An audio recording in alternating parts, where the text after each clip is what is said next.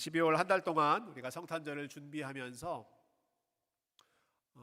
하나님께서 오래전부터 메시아가 오실 것이다 약속해 주셨던 그 예언의 말씀을 특별히 이사야에 있는 중요한 본문들을 통해서 함께 살펴보고 있습니다.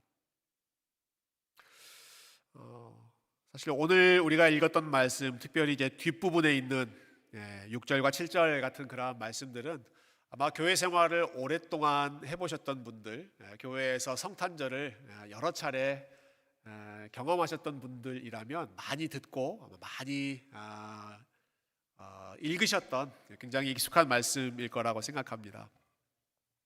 근데 사실 우리에게는 익숙한 이 말씀을 처음 받았던 선지자 이사야에게는 굉장히 특이하고 사실은 이해하기 어려운 말씀이었다라는 부분을 오늘 좀 같이 나누고 싶습니다. 그러니까 우리에게는 너무 당연하게 여겨지는 말씀이지만 이 말씀 그리고 이러한 계획 또 하나님의 예언 이런 것이 그 당시 얼마나 참 받아들이기 어려운 참 충격적인 일이었는가, 하나님이 정말 특별한 일을 준비하셨다라는 것이 이 본문을 통해서 제가 좀 보고 싶은, 좀 같이 나누고 싶은 포인트입니다. 여러분, 이사야라고 하는 이 사람은 선지자죠. 평생 하나님의 말씀을 듣고 또 가르치고 또 말씀을 심지어는 이렇게 기록하기까지 했던 선지자입니다. 근데 이미 말씀드렸지만 오늘 본문 말씀, 특별히 6절 말씀 같은 경우는 이사야가 이 말씀을 들으면서도 계속 고개를 좀 갸우뚱거렸을 그런 말씀이라고 생각합니다. 여러분, 6절을 우리 한 번 더 같이 읽어볼게요. 자, 6절 시작. 이는 한 아기가 우리에게 낳았고 한 아들을 우리에게 주신 바 되었는데 그의 어깨에는 정사를 메었고 그의 이름은 기묘자라 모사라 전능하신 하나님이라 영존하시는 아버지라 평강의 왕이라 할 것임이라. 아멘. 한 아기가 태어날 것이라고 예언하시는데, 그런데 이 아기는 굉장히 특별한 아기가 될 것이다 말씀하십니다. 사실 모든 아기는 다 특별하죠. 부모님에게 있어서 특별하지 않은 그런 아기는 없을 거라고 생각하는데요. 오늘 우리가 2부 예배 때도 그렇게 했고 또 3부 예배 때도 유아 세례식이 있습니다. 우리 어린 아이를 또 하나님 앞에 감사하는 마음으로 드리는 또 그런 시간인데, 우리 유아 세례를 준비하면서 우리 부모님들이 여러 가지 좀 간증, 또 이 아이들과 관련된 사연들을 좀 나눠 주시더라고요. 어떤 아이는 태어날 때 엄마가 너무 아파서 아이를 출산하고 나서 몇 달 동안 또 병원 신세를 져야 되는 그런 아이들도 있었고, 임신 막달에 또 운전하다가 큰 사고를 나서 이 아이가 정말 건강하게 태어날 수 있을까, 그런 게 걱정됐던 그 상황 속에서 또 하나님이 은혜를 주셔서 또 아이를 품에 안게 됐던 아주 굉장히 특별한 그런 아이들 이야기를 많이 들었습니다. 여러분, 그런데 모든 아기가 다 특별하지만 오늘 본문에 나오는 이 아기는 어디서도 볼 수 없는 특별함과 유일무이함이 있는 아기입니다. 얼마나 특별한 아이인지 이름이 여러 가지로 나오는데요.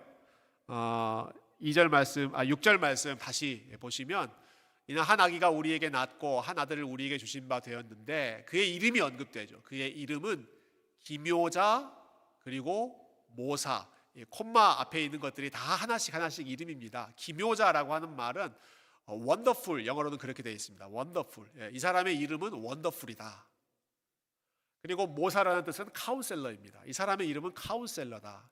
얼마나 지혜롭고 참 뛰어난 그런 사람이었으면 아예 이름 자체가, 이 아기는 원더풀 카운셀러가 될 것이다, 이렇게 예고하시는 거죠. 태어난 아기가 지혜롭고 또 사람들을 잘 카운셀링 해주는 그런 성숙한 아이가 되기를 바라는 것은 뭐 그렇게 이상하지 않다고 생각합니다. 충분히 있을 법한 일입니다. 그런데 그 다음에 나오는 이름들을 한번 보십시오. 그의 이름은 하고 기묘자라 모사라, 그 다음에 나오는 이름이 무엇입니까? 전능하신 하나님이라. 자, 아이가 태어납니다. 한 아들을 우리에게 주셨습니다. 이 아이의 이름은 전능하신 하나님이다. Mighty God. 이것이 이 아이의 이름이 될 것이다. 그 다음에 나오는 이름도 특이하죠. 영존하시는 아버지라. 영원히 존재하시는 everlasting, 영원히 계시는 Father, everlasting Father, 태어난 이 아기의 이름이 Everlasting Father가 될 것이다 라고 하는 겁니다. 이 이름은 특이한 이름 아닙니까? 여기에 계신 부모님들 중에 어떤 부모님도 자기의 자녀가 아무리 특별하고 소중하다고 해서 그 아이를 전능하신 하나님이라고 하는 이름을 감히 붙이는 분은 아무도 없으셨을 거라고 생각합니다.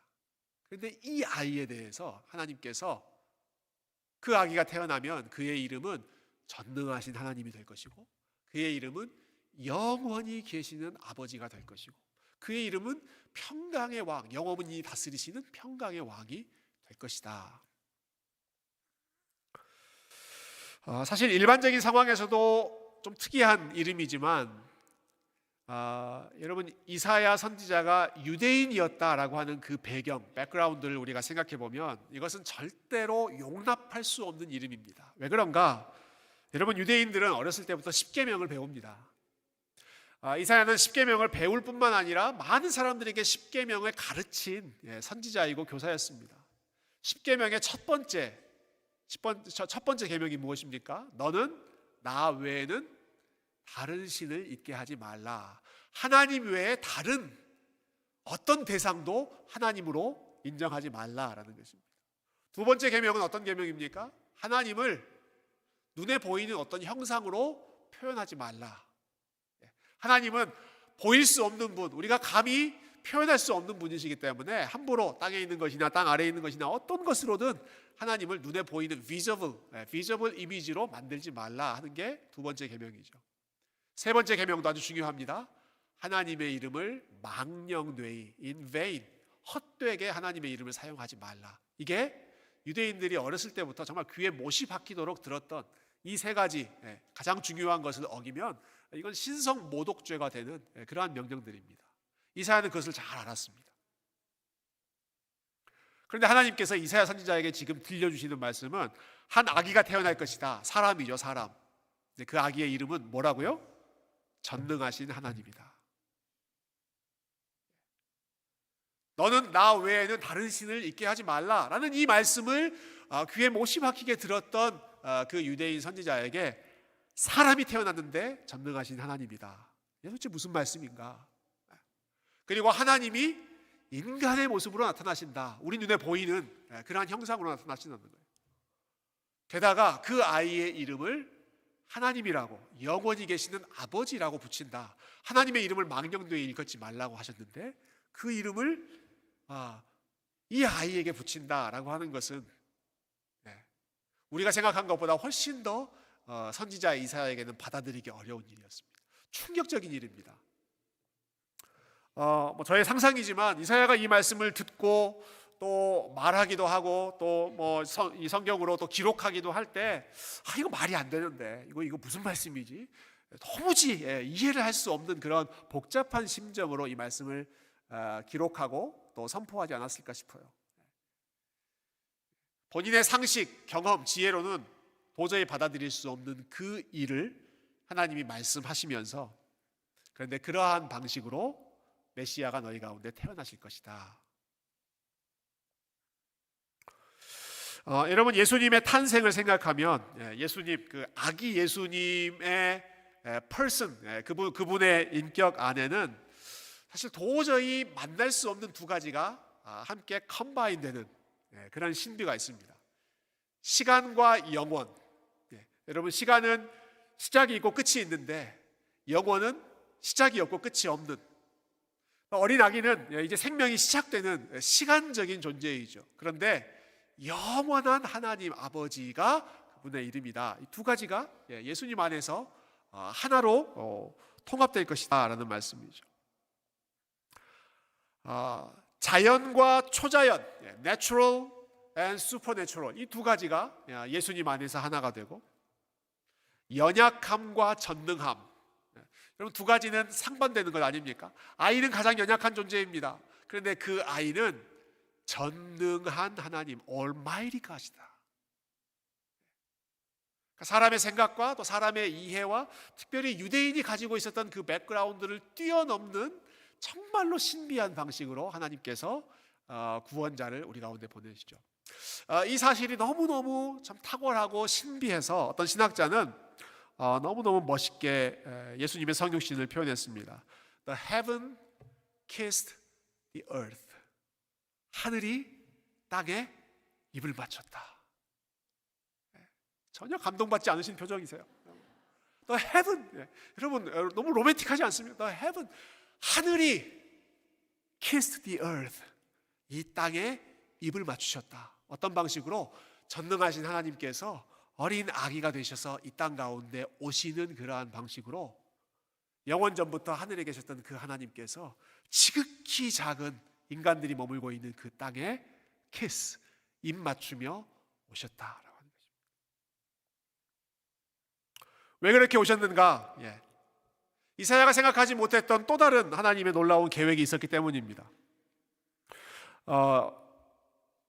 하나님이 사람이 되신다라고 하는 것도 도저히 받아들일 수 없는 그러한 좀 특별한 부분이었지만, 이 사실이 누구에게 좋은 소식인가, 누구에게 기쁨이 되는 소식인가, 이것 역시 이사야가 예상할 수 없는 소식이었습니다. 여러분 1절과 2절을 우리 같이 한번 읽어볼게요. 자, 1절과 2절입니다. 시작. 전에 고통받던 자들에게는 흑암이 없으리로다. 옛적에는 여호와께서 스불론 땅과 납달리 땅이 멸시를 당하게 하셨더니 후에는 해변길과 요단 저쪽 이방의 갈릴리를 영화롭게 하셨느니라. 흑암에 행하던 백성이 큰 빛을 보고 사망의 그늘진 땅에 거주하던 자에게 빛이 비추도다. 아멘. 여러 지역들 이름이 나옵니다. 스불론 땅, 납달리 땅, 또 갈릴리 이러한 지역들이 나오는데요. 이 지역들은 여러분 그 당시에 사람들 생각에 이스라엘에서 가장 변두리 중에 변두리, 시골 중에도 깡촌 시골, 중요한 인물, 중요한 사건이라고는 도무지 일어날 거라고 예측하지 못했던 지역이 바로 이런 지역들입니다. 납달리, 스불론, 우리도 잘 모르는 땅이잖아요. 그 사람들에게도 잊혀져 있는 그런 땅이었습니다.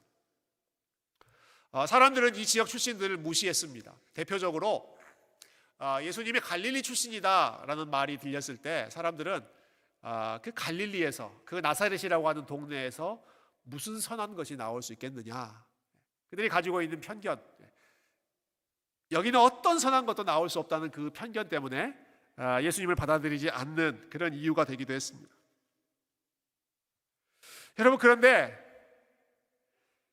이렇게 사람들이 무시하고 그리고 잊고 살았던 그 지역이 메시아 탄생과 그리고 예수님의 사역의 중심지가 될 것이다 라는 거죠. 그리고 그 사람들이 가장 기뻐하게 될 것이다 라는 뜻입니다.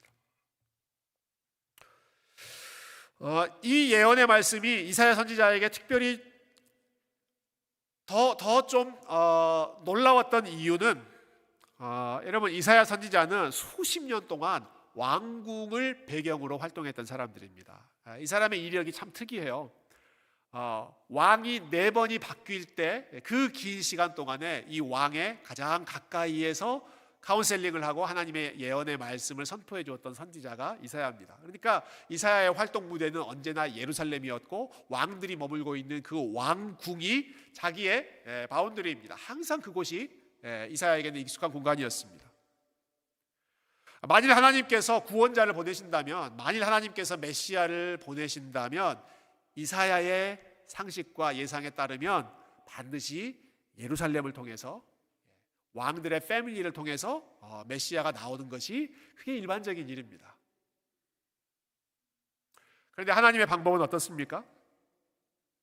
갈릴리 땅, 그리고 유대의 베들레헴이라고 하는 아주 작은 마을, 그곳이 메시아가 태어나고 성장하고 활동하는 주 무대가 될 것이다. 그리고 그 지역에 살고 있는, 그 주변에 살고 있는, 그 당시의 기준으로 봤을 때 마이너리티, 아웃사이더라고 해당되는 그러한 사람들이 메시아를 가장 기뻐하고 이 예수님의 탄생 소식 때문에 모두가 즐거워하게 될 것이다.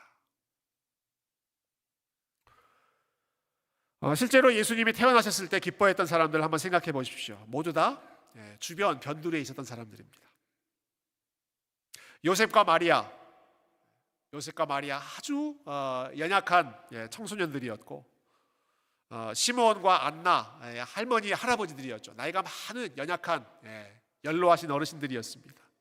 한밤중에 밖에서 양을 치고 있었던 목자들, 이런 사람들이 예수님의 탄생을 기뻐하고 축하하고 환영했는데 이들은 모두 다 우리가 일반적으로 비주류라고 말하는 아웃사이더, 마이너리티에 해당하는 그런 사람들입니다. 그 사람들이 예수님을 기뻐합니다.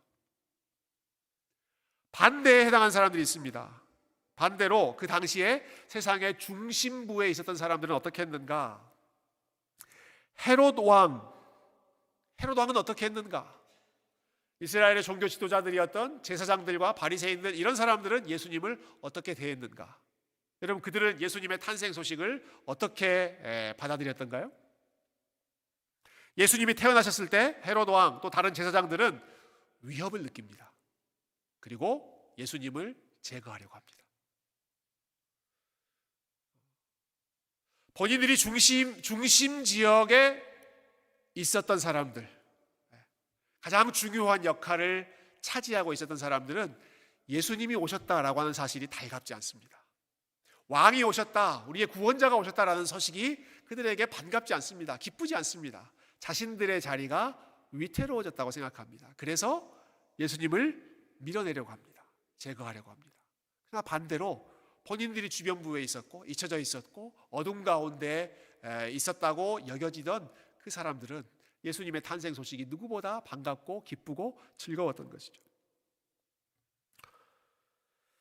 스스로를 빛으로 생각하고 중심에 있었던 사람들에게는 예수님의 존재가 위협이 되었지만, 여러분, 스스로를 어둠이라고 생각하고 그리고 본인들이 주변부에 머물렀던 사람들에게는 예수님의 탄생이 누구보다 기쁜 소식이 됩니다.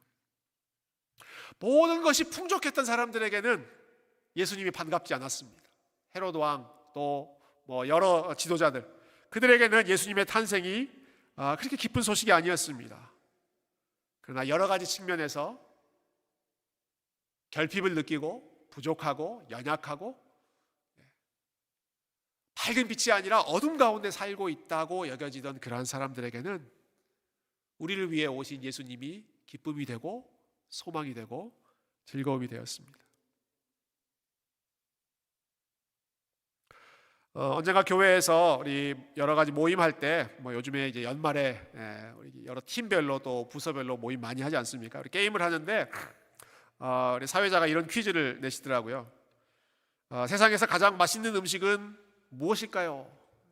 여러분, 세상에서 가장 맛있는 음식은 어떤 음식일까요? 어떤 분이 손을 들고 남이 해준 음식. 정답. 그래서 이제 넌센스 퀴즈여서 상품을 받았습니다. 여러분, 그런데 정말로 맛있는 음식, 그보다 더 맛있는 음식이 어떤 음식인지 아십니까? 진짜 맛있는 음식, 엄마가 해준 음식, 역시 남이 해준 음식이기 때문에 여러분, 정말로 맛있는 음식은 배고플 때 먹는 음식입니다. 세상에서 가장 맛있는 음식은 배가 고플 때 먹는 음식이 제일 맛있습니다.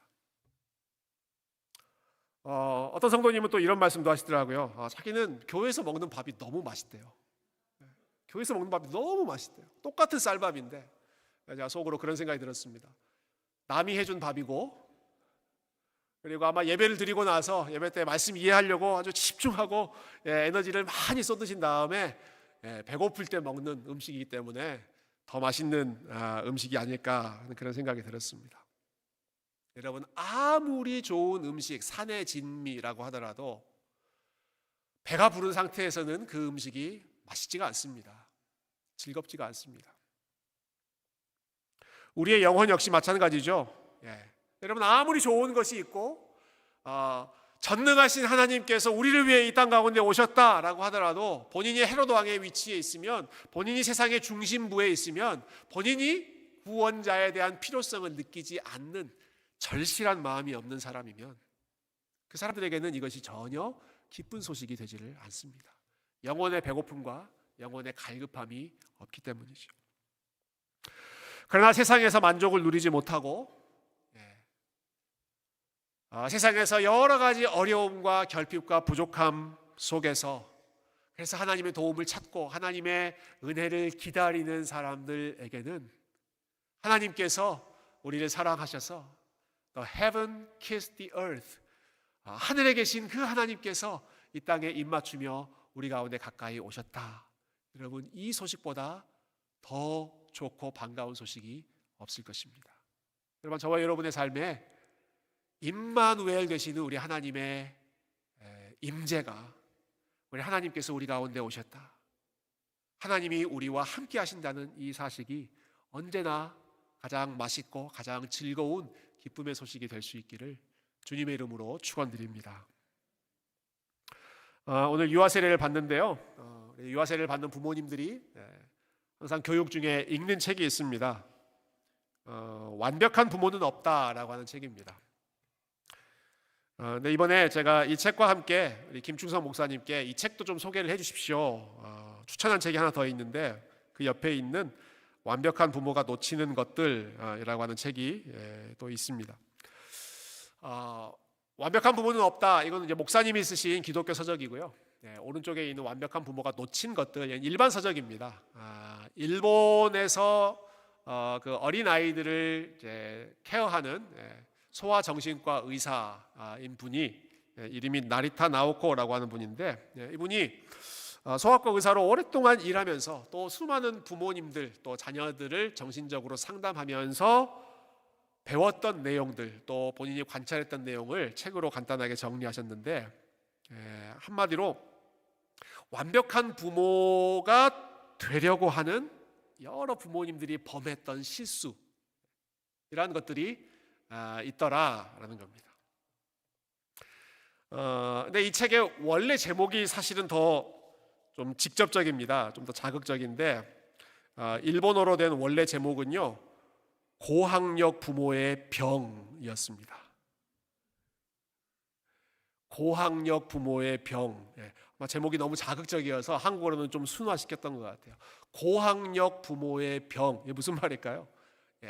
학력이 높을수록 많이 배우고 많은 지식을 가지고 있는 부모일수록 자녀를 완벽하게 키우고 싶어 하는데, 그럴수록 오히려 아이들이 더 약해지더라라고 하는 거예요. 예를 들면 이런 것입니다. 부모님이 너무 많이 합니다. 아이에게 필요한 것, 그리고 아이가 실수하지 않도록, 아이가 좌절을 느끼지 않도록, 아이가 어려움을 겪지 않도록 모든 것을 다 준비해 주려고 합니다. 풍족한 것을 채워주면서 살려고 하죠. 그래서 조금이라도 위험한 상황이 있을 것 같으면 그러한 상황에 노출시키지 않고, 공부하면서도 뒤처지지 않도록, 페일하지 않도록 하기 위해서 숙제도, 학교 준비물도, 그리고 시험을 준비하는 것도 미리미리 도와주고, 최근에는 이런 참 황당한 이야기도 들었습니다. 입시, 대학 입시 보는 것도 한국에서 부모님이 다 취업 면접하는 것까지도 다 어레인지해서 이 학생이 취업 면접에 좀 늦게 지각을 했는데 그 어머님께서 전화를 해주셔서 상황을 설명해 주셨다는 그러한 이야기도 들은 적이 있습니다. 이런 식으로 최대한 잘 준비해 주려고 하는 거죠. 자녀의 삶에 부족한 것이 없도록 철저하게 보호해 주었는데 어떻게 됐는가? 그런데 그렇게 많은 보호와 케어를 받는 자녀들 중에 스스로는 아무것도 하지 못하는 나약한 자녀들이 많이 나타나게 되더라라는 거예요. 왜 그랬을까? 이 저자의 분석입니다. 자녀들이 결핍과 부족함을 느낄 새가 없어져 버렸기 때문에. 부모님들이 너무 많이 채워주는 거예요. 아이들은 부족함을 느끼면서 그 부족함 속에서 자기가 스스로 열심을 내면서 성장하고, 여러 가지 크고 작은 좌절 속에서 그 좌절을 겪은 다음에 다시 일어서는 훈련을 하는 가운데 아이들이 성장하고 강해지고 지혜로워지고 또 여러 어려움에 대처할 수 있는 그러한 힘이 생기는데, 근데 부모님들이 부족하지 않도록, 좌절을 겪지 않도록, 위험한 상황에 처하지 않도록 모든 것을 다 보호해 주니까 환경은 풍족한데 아이들의 마음, 우리가 소위 말하는 멘탈, 아이들의 멘탈은 점점 더 약해지는 모습이, 아마 이분이 일본의 여러 부모님들을 보면서 느꼈던 것 같아요.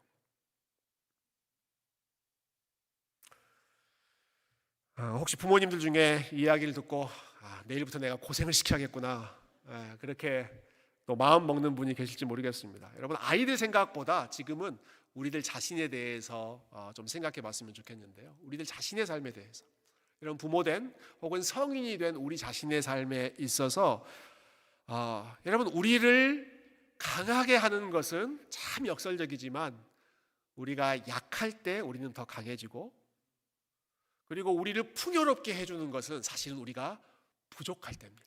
우리가 결핍을 느낄 때, 우리의 삶에서 여러 가지 부족함을 느낄 때, 우리의 삶에서 여러 가지 약함을 느낄 때, 여러분, 그때가 우리가 더 지혜로워지고, 그리고 우리는 신앙이 있는 사람이니까 그때가 하나님의 은혜를 사모하고 하나님의 도움을 구하고 하나님 앞에 더 간절히 매달리는 시간들이 되죠.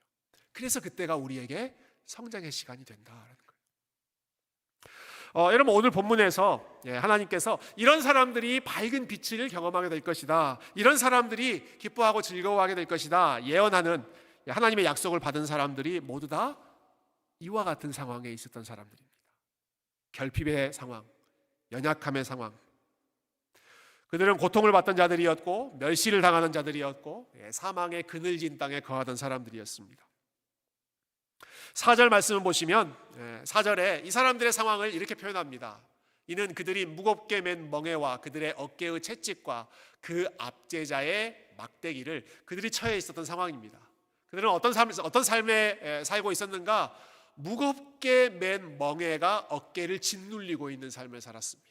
그들의 어깨에 그들을 압제하고 핍박하는 사람들의 채찍과 막대기와 무거운 멍에가 그들의 어깨를 짓눌리고 있는 그런 힘든 삶을 살고 있었던 사람들입니다. 그들에게 밝은 빛이 비추어질 것이다. 왜냐? 그들의 구원자로 오시는 하나님의 아들께서, 6절 말씀을 보시면 이 아기가 할 일을 아주 특별하게 보여주고 있는데요. 이는 한 아기가 우리에게 낳고 한 아들을 우리에게 주신 바 되었는데 그의 어깨에는, 또 한 번 어깨가 나오죠. 그의 어깨에는 정사를 메었고, 여기 말하는 정사는 영어로 government라는 단어입니다. government. 그의 어깨에 모든 통치가, 그 모든 것을 다스리는 그의 책임과 권위가 그의 어깨에 부과되었다. 그분이 어깨에 메고 있는 government, 온 세상을 다스리는 그 책임 속에는 지금 많은 사람들이 어깨에 짐을 지고 있는 그 고통과 어려움과 핍박과 압제의 멍에들이 사람들의 어깨를, 사람들의 삶을 무겁게 짓누르고 있지 않습니까? 그 모든 것을 자신의 어깨에 메고 government, 그분이 다 다스리시며 흑암 가운데 있는 사람들의 삶에, 고통 가운데 있는 사람들의 삶에 기쁨을 회복해 주실 것이다.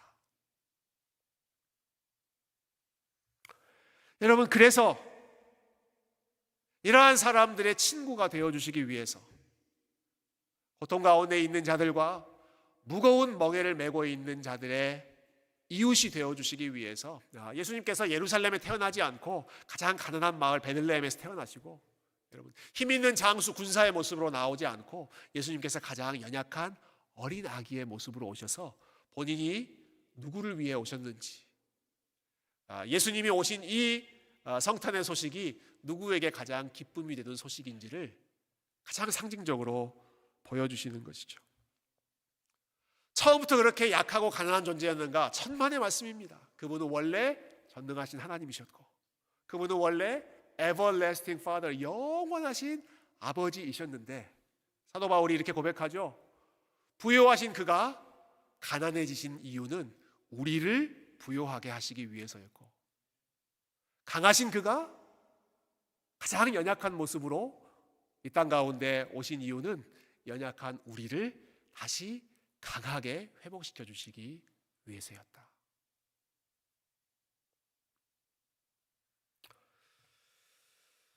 여러분, 여러분의 삶이 혹시 어둡고 막막한 가운데 계십니까?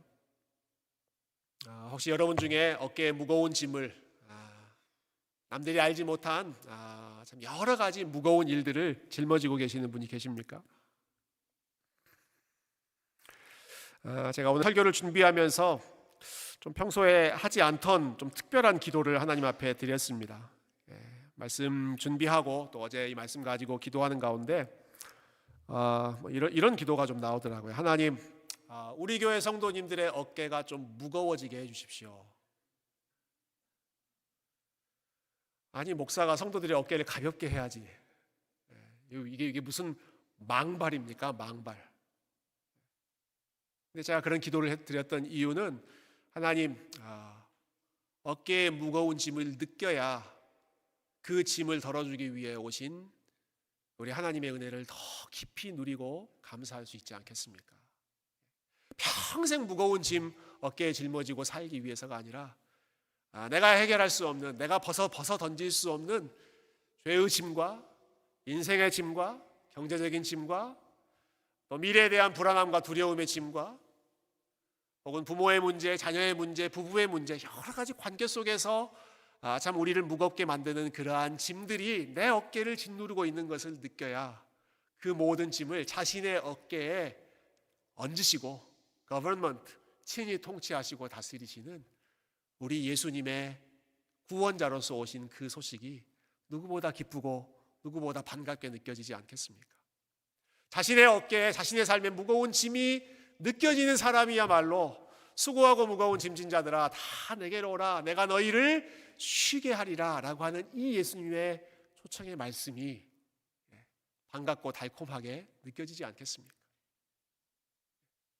본인의 뜻대로 모든 것이 다 풀리고 본인이 항상 중심이 되어 살고 모든 것이 자신의 계획대로 만사형통해서 느껴지는 짐도 어깨도 무겁지 않은 그러한 사람이라면 어떻게 하나님의 구원을 기뻐할 수 있고 어떻게 하나님의 존재가 우리에게 가장 큰 도움이라고 하는 사실을 체험하면서 살 수 있겠습니까?